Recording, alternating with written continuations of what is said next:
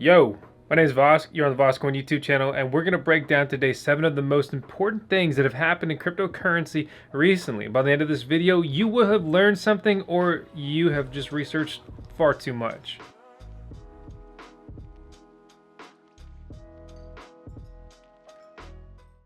You are watching the Voskcoin YouTube channel. I'm trying to do one of those radio things. I don't know why, but that's what I'm going with today. We're gonna be running through the Q2 2022 cryptocurrency report. The 7 key takeaways, crypto highlights here by CoinGecko. Just to be clear, we have no association, no agenda here, whatever. These are just, it's well researched, and we're going to run through it, and we're going to break this down. And I guarantee you that you're probably going to learn something just by the end of this 7 highlight piece, let alone the whole quarterly report, which I'll link down in the video description below. So, yeah, that's punny. That's good. And, well, it's bad. It was a terrible quarter for stablecoins. The top 15 stablecoins alone lost almost a fifth of their market cap, or about minus 34 billion. Before its ultimate downfall, which wiped out 18 billion in market cap, USTC, or what we all just simply kind of know as UST, overtook BUSD as the third largest stablecoin. UST, Terra, Luna, right? Their own stablecoin, all that stuff. BUSD is the Binance dollar, if you've been in the loop with that. Tether, USDT, yeah, I know, a lot of USDs, retained its lead. Though its share decreased by almost 20%, USDC took the lead in Q2 in terms of growth, with close to a 7% increase. In contrast, unfortunately for these two, Frax and DAI saw losses of 48 and 32% respectively in their market cap. We would all assume due to negative association with algorithmic stablecoins. UST. The slight decrease discounting UST here in the stablecoin market shares just that a certain amount of capital has just actually completely exited the crypto ecosystem, which made for a very bearish Q2 2022. However, conditions are changing here in Q3, and Q4 may look a little bit more hopeful than we were anticipating. But Terra's fallout and bETH contagion. Okay, see you later, bETH.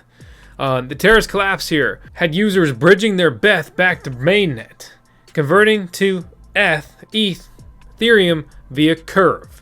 At the same time, large LPs, liquidity providers, such as Celsius, 3AC, 3 Arrows Capital, and Amber, withdrew liquidity from the pool. Do you know what bETH is? So let's touch that real quick. bETH. We get a dog. We go bETH to mainnet. Binance Beacon Ethereum. How do I swap bETH on BSC to ETH? A guide to collateralizing bETH in Anchor Protocol. This is the one we're looking for. Anchor Protocol on the Terra blockchain allows for depositing and redeeming Terra stablecoins, minting B asset tokens, borrowing Terra stablecoins with B asset tokens as collateral, stuff like that. So bETH here, in this case, she is a token that represents Steph. Pretty close to Steph. Like Stephanie. And I'm just making up dumb shit at this point, and I'm sorry. bETH is a token that represents Steth tokens on the Terra blockchain. Unlike Steth, which rebalances daily, the balance of bETH remains constant. She's just a little more stable. Similar to a wrapper, for example, like wrapping a token on another chain. Essentially here, bETH staking rewards can be claimed in the form of UST, Terra's native stablecoin. TLDR, UST, depegged, all this stuff blew up. Luna is supposed to be the savior of UST, but that mega dumped once UST peg was lost, and just, you know, Doquan and all that stuff completely imploded. Very bad news. You've probably heard about it, or if not, it's more than enough video worthy to talk about on that. So we're going to leave that a little bit high level there. But the takeaway here is that the total circulating Steth is now 4.2 million, representing 30% of all staked Ethereum and 3.5% of the total ETH circulating supply. The Steth ETH Curve pool, which is a decentralized exchange here essentially, right, what we're dealing with, is now down 718 million in TVL total value locked, compared to its peak of 5.6 billion. But there were further domino effects on the 3 Arrows Capital just impact on the ecosystem. Here's a little chart with a lot of different parties involved. Large group of various investors had invested in Three Arrows Capital, who were all victims then of Terra's demise. Up big to turbo nuked. Welcome to crypto investing. Some of these investments have come from centralized entities such as BlockFi and Voyager, which sustained, they say, heavy losses, but BlockFi took a loss, they paid for it out of their own pocket, and they've inked a deal with FTX, basically gaining access to FTX's, what most would assume, basically endless pockets. Full disclaimer and disclosure is that BlockFi is a supporter of the channel. I'm not looking to, have some kind of hidden agenda pushing that on you or anything. Those are just the facts here. FTX was a supporter of the channel, specifically US, until they sent me a message Friday night saying that they no longer will be. Moving on though. Due to third order effects, DeFi protocols such as Maple Finance were not spared as some users' funds were lent to orthogonal trading. That sounds like an invasive procedure, which in turn had gone to Babel Finance, one of 3AC's creditors. Yeah, well, that didn't work out too well for them. Voyager disclosed that they had a $650 million exposure to 3AC, and that 58% of its loan book is mostly unsecured. Basically, stay away from Voyager. That's the takeaway. DeFi's dominance continued eroding as markets trended lower. Bad news gets worse. DeFi market cap suffered a hefty drop. The 2020 DeFi summer is long gone. Is this DeFi winter? I might be reaching. So, decreasing from 142 billion to 36 billion in a span of 3 months. Now that is dumping. That's scary. That's terrifying. Much of the DeFi market cap was wiped out largely due to the collapse of Terra and its stablecoin UST. We see that this ecosystem was apparently entirely propping up cryptocurrency as a whole, or just did enough damage to bring everything down in the short term and probably still even the medium term. Notably, the panic spread to other stablecoins, leading to mass redemptions of USDT and other algo stablecoins depegging. DeFi, decentralized finance exploits have ramped up in the last quarter as well, affecting projects such as Inverse and Rari. These negatively impacted token prices, and investors have lost a lot of faith in really all of these DeFi protocols, but obviously especially the hacked ones. But wait, there's more bad news. It just seems like this is a quarter full of bad news. As Terra implodes, old and new contenders arise to take its spot. So is that really all that bad? You tell me down in the comments below, because Ethereum regained some of its TVL, its total value locked dominance, as alt chains started to shrink. While Ethereum has increased its share of TVL from 54 to 60%, its overall TVL is still 52% lower compared to the previous quarter. That means they're down. They're down bad, even though they went up as a percentage of the total TVL. Basically, think of it like a market cap. They have a bigger piece of the pie, but that pie is looking a little stale. You should have put some shrink wrap on it. Avalanche, Polygon, and Solana have maintained their respective TVL shares, albeit down in line with the market downturn here. And then there's Tron's TVL, which is, they always seem to be up to some. It reduced from 4.8 to 3.9 billion, but their share tripled from 2 to 6%. This will be attributed to the launch of their own algo stablecoin, USDD. The collapse of USD and Luna in May saw Terra's TVL shrink to just 5% by the end of June. There was just over 21 million left on the network. And the new Terra 2.0 network, even less, 13 million TVL. And in the world of Terra, that ain't much. OpenSea's dominance slips in the shrinking market as competitors gain grounds. So they've successfully retained their teetering hold over the top position. However, in May and June, Magic Eden and X2Y2 seem to have caught up, taking turns to overtake OpenSea daily and weekly in volume. OpenSea's integration of Solana may have actually backfired, opened up the floodgates for Solana NFTs, but one that ended up benefiting Magic Eden even more.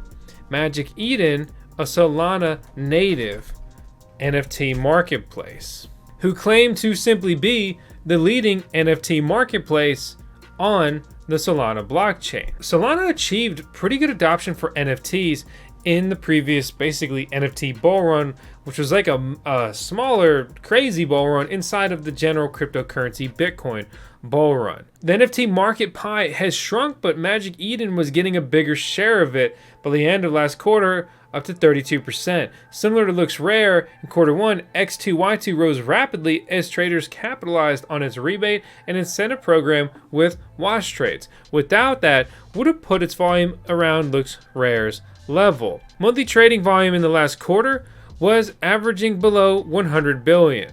How's that break down though? The top 10 DEXs, the decentralized exchanges, recorded a total of 274 billion in spot trading volume in the last quarter, giving a monthly average of 92 billion. Compared to the previous quarter, they saw a total of 446 billion with a monthly average of 149 billion trading volume.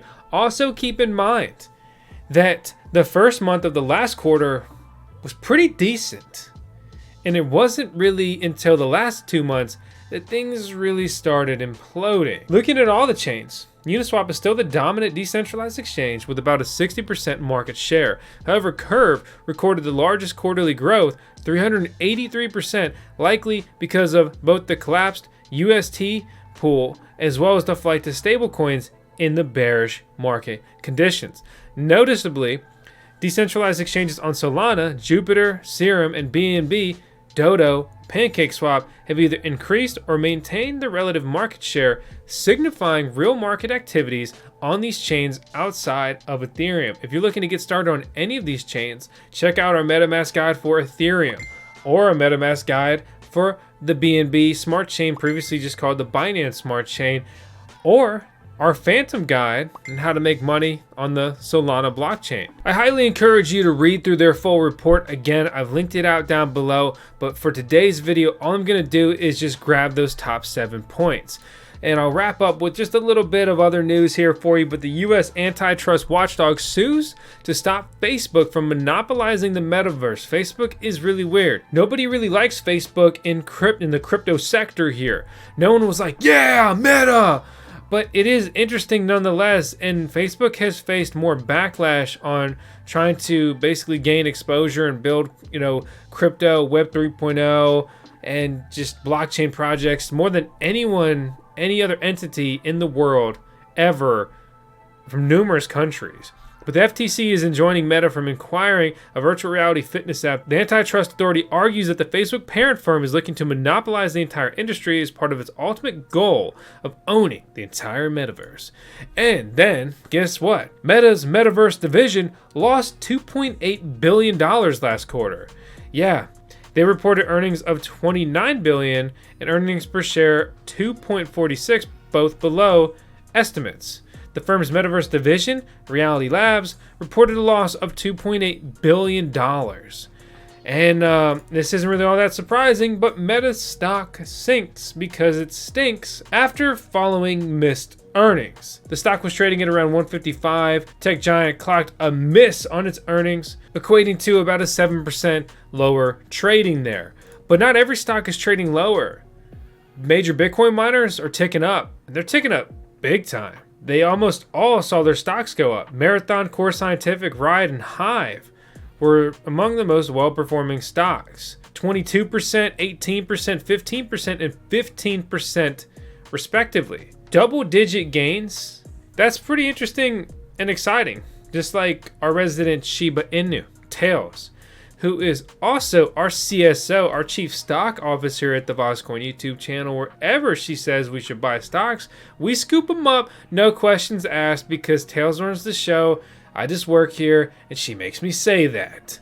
But sometimes I do sneak out of my crate and have a little bit of fun. This past weekend, I was doing some time attack, and really cool, incredible, was able to podium, which this is like my first real podium ever in my amateur racing history at Gridlife, which in my opinion is the most competitive grassroots amateur racing. Absolute blast. Was tracking the Bitcoin Supra out there, which is just super cool. If you want to learn more about the Bitcoin Supra and how that went from render to reality, please check out our video on that. I'll drop that link down below. And with that, guys, that's all I've got today. I hope you enjoyed today's video. If you didn't, well, god damn it, I tried, and I'll try again tomorrow.